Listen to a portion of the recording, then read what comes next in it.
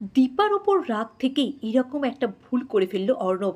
দীপার দিকে পিস্তলটা তুলে ধরলো। দীপার তো সমস্তটা স্পষ্ট হয়ে গেল যে ইরা আর ইরার দাদা কী উদ্দেশ্যে সেনগুপ্ত বাড়িতে এসেছে। ওইদিকে ইরার দাদা অর্ণব, তার তো আলাদাই যুক্তি। সে নাকি তার বোন আর বোনের হাজব্যান্ডকে সেনগুপ্ত বাড়ি থেকে নিয়ে যাবে, কারণ তার বোন আর বোনের হাজব্যান্ডের নাকি সেনগুপ্ত বাড়িতে ঠিকঠাক যত্ন হচ্ছে না। ওইদিকে ইরা ইরা যে কতটা নাটক করতে পারেন সেটা তো আপনারা বুঝে গেছেন। দীপা তো অবাক হয়ে যাচ্ছিল যে আপনারা যা বলবেন তাই শুনতে হবে আমাদেরকে, আপনাদের সাহস কী করে হয় এমনটা বলার। ওইদিকে অর্ণববাবু আবার একটা রেজিস্ট্রি কাগজও নাকি বার করলো, যেটা দীপা দেখে অবাক হয়ে গেলেও লাবণ্য সেনগুপ্ত সেটাকে ধরে ছিঁড়ে দিল। ওইদিকে সূর্য, সে তো মেয়েদের সাথে স্কুলে যাবে, তাকে পড়াশোনা শিখে অনেক বড় ডাক্তার হতে হবে। তখনই ইরা তার অর্ণব দাদাকে একবার হঠাৎ করে যেই বলল, দাদা বৌদি, আমি আর ডাক্তারবাবু এই বাড়ি থেকে কোথাও যাব না, বরঞ্চ তোমরা এই বাড়িতে থেকে যাও। ব্যাস একবার বলতেই তারা রাজি। দীপার এই ব্যাপারটাতেও খটকা লেগেছিল যে কি হলো, ওরা কেন এই বাড়িতে থেকে গেল।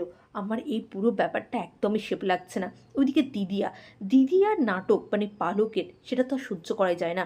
অর্ণব আর অর্ণবের স্ত্রীকে সেনগুপ্ত বাড়িতে রাখার মূলেই ছিল সে।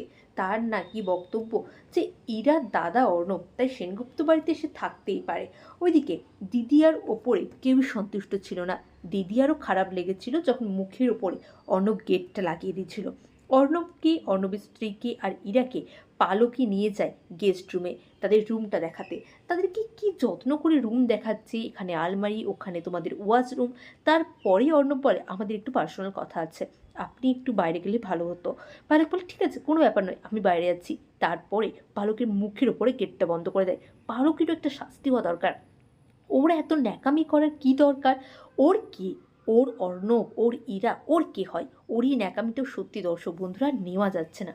তারপরে তারপরে অর্ণব আর ইরা, তারা দুজনের মধ্যে প্ল্যান শুরু করে যে কীভাবে সূর্যকে এখান থেকে নিয়ে যাওয়া যায়। ওইদিকে ইরা বলে, পেন ড্রাইভটা কিন্তু এই বাড়িতে নেই, এই বাড়িতে পেন ড্রাইভটা থাকা অসম্ভব। তখনই দীপা সমস্তটা শুনে সেখানে আসে। ব্যাস চমকে যায় ইরা।